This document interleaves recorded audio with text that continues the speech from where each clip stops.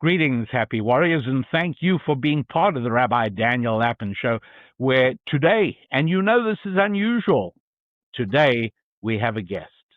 And what a guest! This is a guest who I'm very eager to spend a little time with, and I'll tell you why. You know how cowardice is contagious. It's one of the reasons that in dangerous combat situations, it sometimes happens where they have to punish deserters. Because when a person feels cowardly and frightened of the battle, that can spread very quickly. It's like a virus. And so you got to make sure that doesn't happen. Well, in the same way that cowardice is contagious, courage is contagious. And I want a little bit of Pastor Corey Brooks's courage to rub off on me. And you've more than once exhibited, my dear friend, that there's very little you're afraid of other than the good Lord himself. Absolutely. And let me say, Rabbi Lapin, thank you for having me on your show. I really appreciate it. And giving us a chance to talk about what we're doing on the south side of Chicago and how we're trying to be as courageous as possible, tackling the issues that we're faced with every single day. So thank you so very much. I am, as you know, I've been looking forward to this for a long time, and I appreciate you making yourself available. For a start, tell me, pick a moment in your life, the most epiphanous moment, some point at which you realized what you were created for. Some point you realized what your destiny was, what you had to do. Was there a moment like that? When was it? Yeah, I don't think it's been just one singular moment. I think it's a series of moments over time, being on the south side of Chicago and being in a really tough neighborhood and seeing my faith acted out in ways that helping to transform a neighborhood and helping to transform people's lives. I think a series of events being here in this neighborhood has helped me to discover my purpose, what God has called me to do and what he put me on earth to do. Not just my purpose, but my passion, because I'm passionate about it. You know, I love, there's no other place I'd rather be in the world than on the south side of Chicago on this block. This block is called O Block because it's named after a young man named O.D. Perry. The gangs took the O in his name and start calling it O Block, but it's actually 66th through 63rd and King Drive. And so I'm passionate about this neighborhood. I'm passionate about the work. And I know this is the purpose that God has placed me here. And so I think a series of just situations after situations after situation, dealing with the violence, dealing with the poverty, dealing with the education, dealing with families has helped me to discover my purpose. Who or what presents you with the biggest challenges? Oh, wow. What entities keep you awake at night? You know, is it city government? Is it the gang culture? You know, what if you had the power to use a magic wand and make one set of problems vanish? Which are the biggest? What is Yeah. the source of your biggest challenge? The source of my biggest challenge is number one, the mindset that has been so embedded and ingrained into our culture on the south side of Chicago, especially when it comes to politics. For far too long, you know, everyone has mostly decided that they're going to be Democrats and they're going to follow those policies. And the sad commentary about that is because they follow those policies and have that mindset, our educational system is horrible. In our neighborhood, there's a 4% reading proficiency, a 6% math proficiency, and we see kids failing every single day, but yet being passed on in their grades, graduating from even high school and not even knowing how to properly read. Those are issues that I see. The economic problems of lack of entrepreneurships and lack of people doing the things that need to be done because of that mindset. So first and foremost, the mindset. That is prevalent is a major issue. And then secondly, the political machine, as there's no doubt about it, that they would definitely love for me to just go away, and any barrier they can put up in front of us to keep us from doing the work that we do, they definitely try to do it. Whether it's the governor, the mayor, or our local aldermen, they're not working for us. Oftentimes they're working against us. And a lot of that is born out of the fact that I have some very conservative viewpoints and values, and I'm very vocal about it. And that is not always, that's definitely not smiled upon. It's frowned upon in this neighborhood. And so those two things, the mentality is a barrier, and then the political landscape is definitely a barrier operating in this neighborhood. You preempted my next question, which was going to be, you're obviously doing good. Nobody disputes that. You're having an impact. Nobody Yeah. disputes that. So why on earth would politicians in the power centers of Chicago and the state of Illinois, why would they not give you medals? Why would they want you to go away? Right. As you can see right behind me, you see a 90,000 square foot building being erected. One of the things that we're really proud of, that we're really doing, and people across the country are coming to recognize it. But yet in Illinois and in Chicago, you would think that the work that we're doing, the efforts that we're making, the changes that we're bringing about, you would think that they would be applauded. But because I'm not a Democrat and because I'm not liberal, um, they do everything they can to make sure that our work is slighted and that we're not viewed by a lot of people as we should be. I'm just thankful and grateful. I believe for whatever reason, God is allowing us to transcend their opinions and allowing us to accomplish a great deal. And we've been blessed to be able to do the work that we're doing and not being stopped. It's kind of hard for me even to explain how it's happening, other than all I know is I really do believe that God is continuing to open up doors, continues to send us resources. And so I tell everyone that he is definitely our source. And so I think being our source, he's protected us from a lot of things, and that being the wrath of liberals and Democrats on the south side of Chicago and in Illinois. Well, I knew we had certain superficial similarities. White beards. Yes, We go to the same hairstylist. yes. But now I see we have something else, which is leaning towards the conservative end, the traditional end of the political spectrum, when in my case, the overwhelming majority of Jews are far left. And in your case, the overwhelming majority of African American, particularly leaders, are far left as well. So we both are Hebrews in a sense, in the term that Hebrew meaning being Absolutely. willing to stand on the other side. Absolutely. I know you're interviewing me, but No, go ahead. Anything you want to say. when they told me I was going to get an opportunity to talk to you, I was so excited because what you just said, I knew. And I was like, one of the questions I want to ask him is how do you make sure that you thrive in the midst of that type of situation yourself, being amongst individuals who may feel different than you, think different than you? How do you continue to thrive in the midst of all of that yourself? I won't say that it hasn't been painful. And you don't have to tell me about you, because I know you've had to withstand pain, no question about that.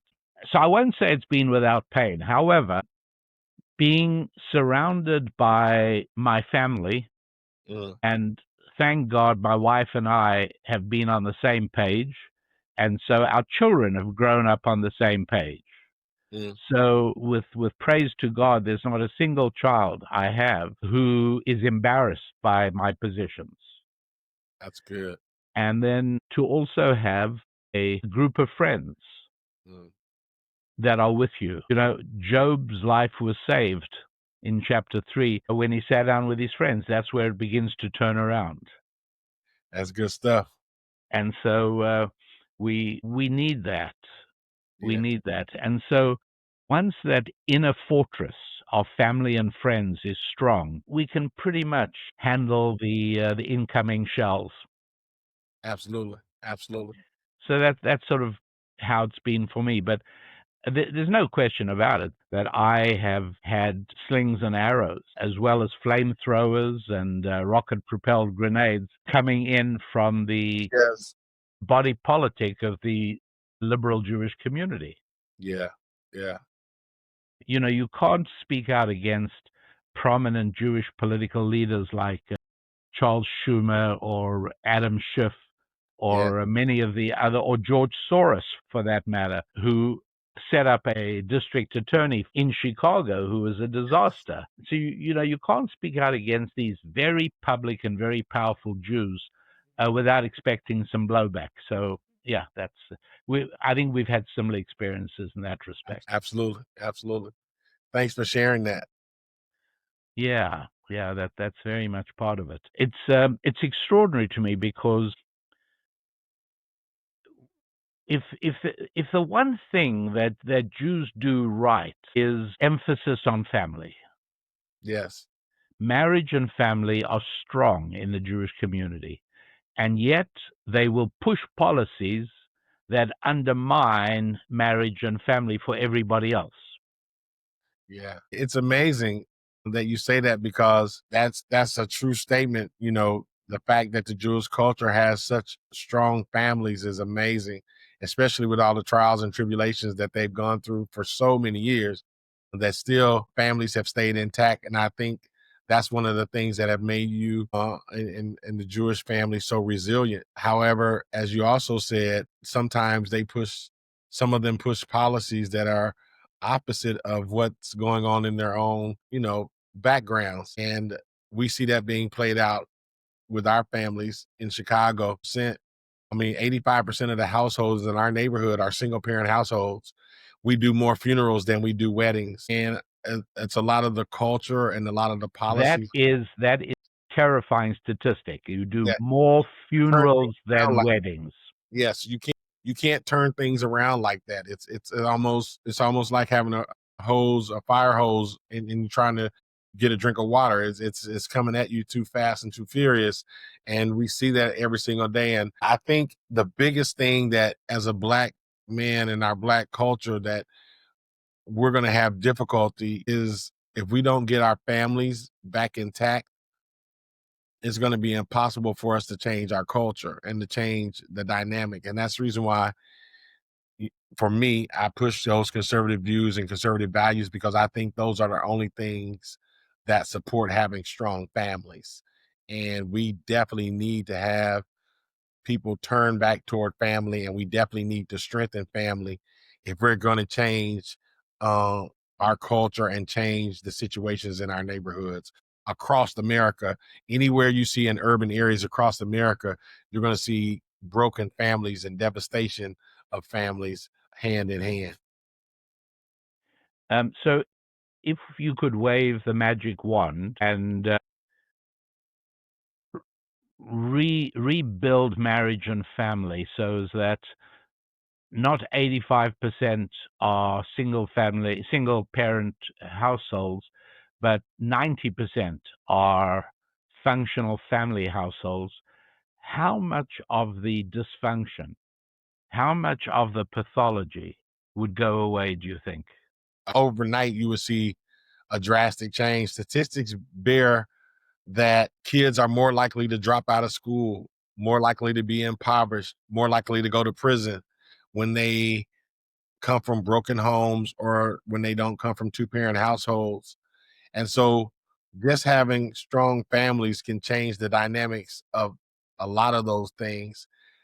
We would then have the opportunity to not be in so much poverty. We would then be able to have the opportunity to have better educations. We would then have the opportunities to make sure that more of our, especially young Black boys, would stay out of jail. And those three factors alone would change our culture and change our community overnight.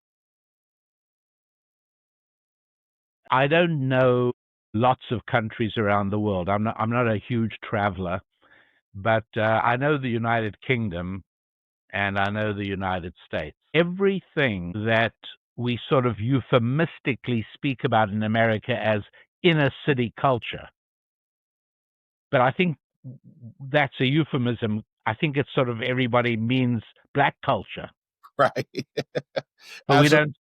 don't say that because I'm very polite, so I say inner city culture. But here's the thing: in the United Kingdom, Hmm. you've got exactly the same pathologies. Everything's exactly the same.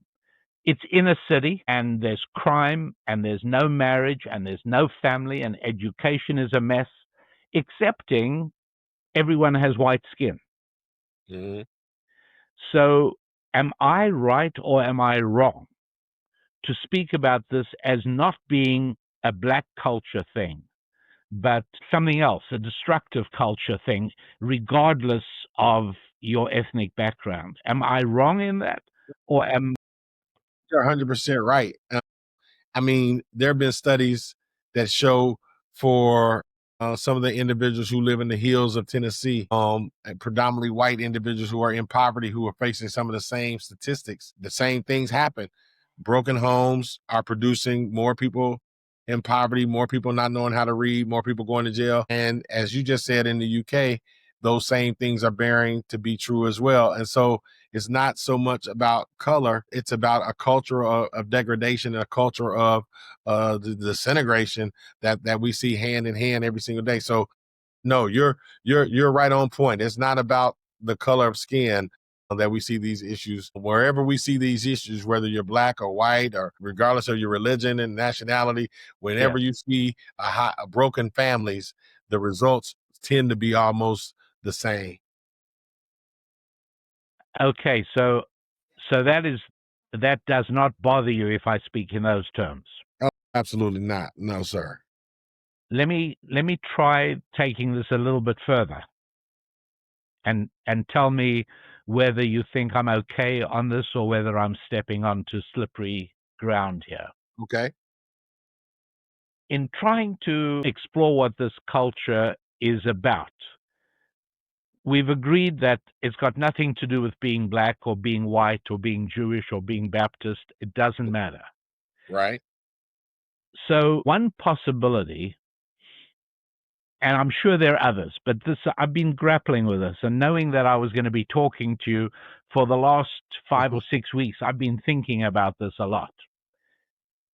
Is it possible that what we're looking at is, and let me just sort of get this thesis out, that what we're looking at is a present culture that is oblivious, largely oblivious of future and past.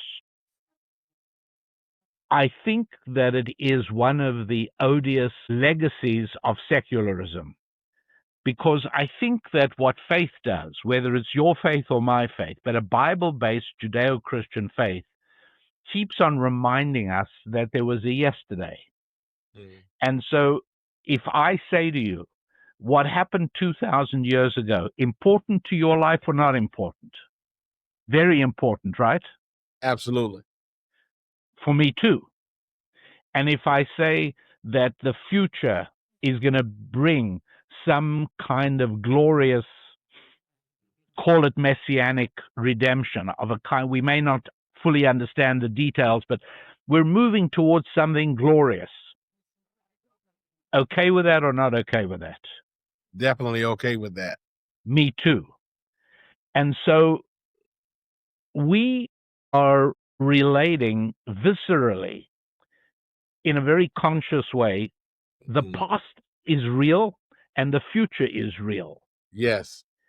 But if we take away that time awareness, in other words, the child or the adolescent, who is essentially a product of naturalistic evolution, the Mhm. child that is brought up with absolutely no religious culture at all, Mhm.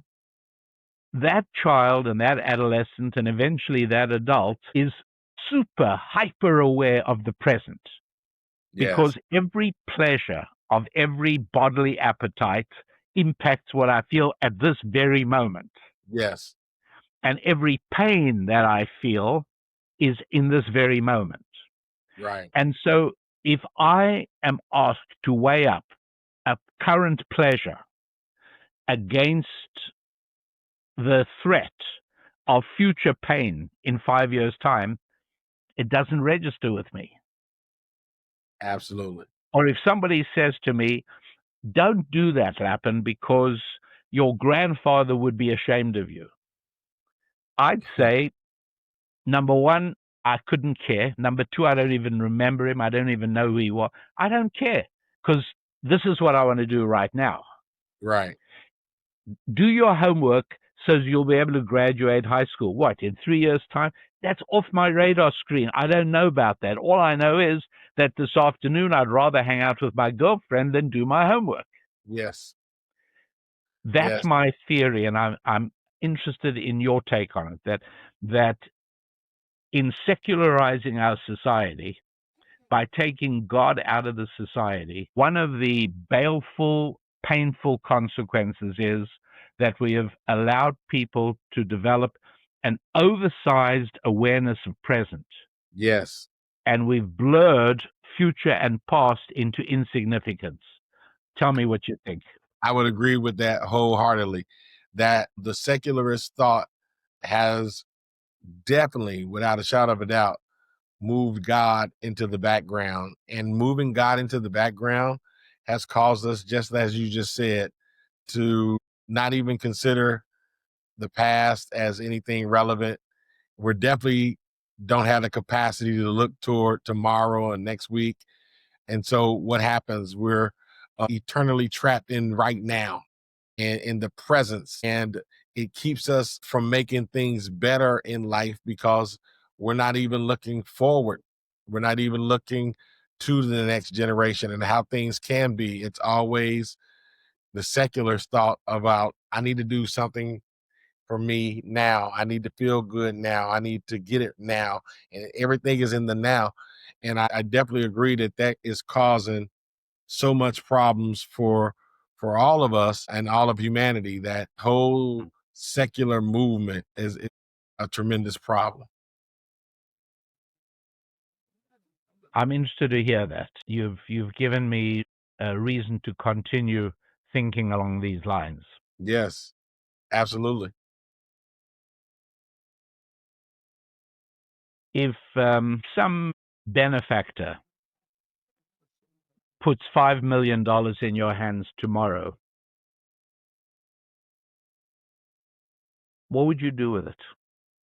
Well, one, um, and let me just, uh, uh, Rabbi Lapin, those are some, like you say, you think things, you think about things. Those are things that I've thought about, so I can answer those pretty quick. So, if someone were to place 5 million in my hand right now, some of it would go toward the completion of the center that you see right behind me, Yes. Leadership and Economic Opportunity Center, where we're building a 90,000 square foot facility to help really transform the lives of people so they can take responsibility for their own lives without having to depend on government. Some of the funds would go there. Secondly, some of the funds would go toward creating a school specifically for young Black boys on the south side of Chicago who are from single parent households and who come below the poverty line. I would use those funds to create a private school for them, free tuition based, focusing on classical education, teaching kids about Yes. God so they can know the past and to know the future. They're not stuck in right now and in the present.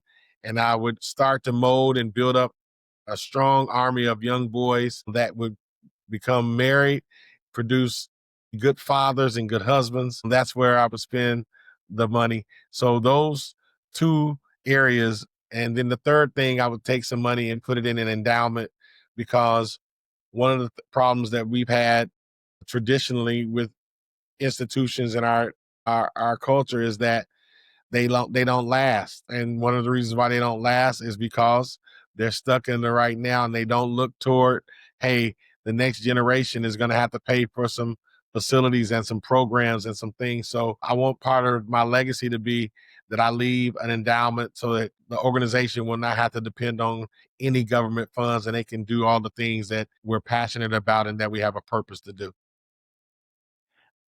Well, that's really interesting. We didn't prepare this conversation at all. I never gave you a list of questions or anything. We just started talking, Yes, and sir. and I expected that when I dropped that question on you, what would you do with $5 million? I expected your first word out of your mouth would be, well, like, let me think about that. But you didn't No, have sir. to think, not even for a millisecond. No, sir. And so part of the value of that question, by the way, is I'm hoping it'll inspire someone in our audience to give you $5 million. That's what I'd like. Thank you. I believe that. And both of us have faith in God. And I think being on your show is God plan. God is sovereign. He ordered it to be so. And I think the fact that you asked me that question and the fact that I was prepared to answer it, I think there may be somebody who will hear and see what we're trying to do and will be, feel led to help us. And I thank you for even considering and thank you for even asking me the question. And we'll just pray and hope somebody's heart is touched about what we're talking about and what we're trying to do, and that they'll make the contribution. I know we got to start bringing this in for a landing because you've got a whole bunch of people waiting to talk with you. But could you just give us a practical picture in real terms? Once this building behind your shoulder is finished, tell what are some of the what's actually going to be going on? What will we see when we walk into that building? Oh, wow. Do you mind if I try to see if I can show you, if I could move my camera over to show it to you a little bit? Go for it. See, I don't know how it'll work, but let's see. Give it a shot. Oh, I can see. That's something. Oh my. It's Oh, massive. Right? it's nice and far advanced. It's moving right along. How Yes. many floors are we looking at? It's 3.5 floors, and there's so we have a bank because we are really big on teaching people financial literacy, making sure that You're talking my language there. right, making sure that they learn financial principles that would be a benefit toward them. So we're really big on that. It has an entrepreneurial classroom where we're going to be helping businesses to get started, because I really do believe that if you're going to transform a neighborhood, you have to have an economic base. And by the way, I'll just be honest. A lot of the principles that I use, Rabbi Lapin, are Jewish, are based upon Jewish principles that I gleaned from lots of study and watching the Jewish community use some of these same principles, whether it's financial literacy, whether it's business and family and faith. Those are straight Jewish principles that I'm trying to grow and use them in our community.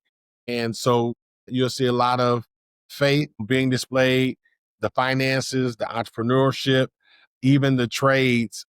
We have a trade school where we're going to be teaching, where we teach carpentry, electrical, plumbing, and HVAC, because we realize everyone's not going to school. So we want to I'd much rather a man comes with an ability to build things with his hands than he comes out with a stupid, useless academic degree. Absolutely. Absolutely. And, I tell people Jesus was a carpenter. So, and I thought he was a gender studies professor. or an accountant. Yeah, right.